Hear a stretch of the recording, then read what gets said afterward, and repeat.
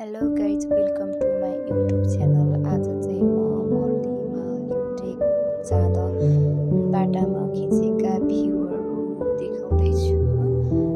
हामी चाहिँ मर्दीमा ट्रेकको लागि टुडे जति हिँडेर पुग्दैछौँ। फाइनली हामी हिमालको दृश्यहरू देखिरहेका छौँ। हिमालहरूको भ्यूहरू खिच्दै अब हामी जाँदैछौँ। कालो लाग्दै त्यही अवस्था। नेपालमा पनि यति धेरै राम्रो ठाउँहरू रहेछ नि। ओ माई गॉड, कति धेरै सरप्राइज गरेको थिएँ। मैले त कहिले पनि यति राम्रो ठाउँहरू देखेको थिएन। त्यसैले त नेपाललाई स्वर्गको एक टुक्रो भन्दो रहेछ। मलाई त यो ठाउँमा गएपछि यति आनन्द लाग्यो कि तर जति दुःख भए तापनि यो ठाउँमा पुगेपछि सबै दुःख पीडाहरू भुलिँदो रहेछ। अनि यो खालो हिँड्दै गर्दाखेरि कति धेरै गाह्रो भएको थियो, तर यहाँ आएपछि सबै मेरा दुःखहरू भुल्दै गए र यहाँ प्रकृतिसँगै रमाउन पाउँदाखेरि धेरै खुसी लाग्यो मलाई। फाइनली म हिमाल पुग्दाखेरि यति धेरै खुसी भएको थिएँ कि ओ माई गॉड, हेर्नु न कति नजिकैबाट हिमालको अवलोकन गर्न पाएको। त्यसदेखि त म साह्रै खुसी छु। ओ माई गॉड, भगवानहरूलाई धेरै धन्यवाद है। मलाई यो ठाउँमा आउनु पाउँदा धेरै खुसी लागेको छ।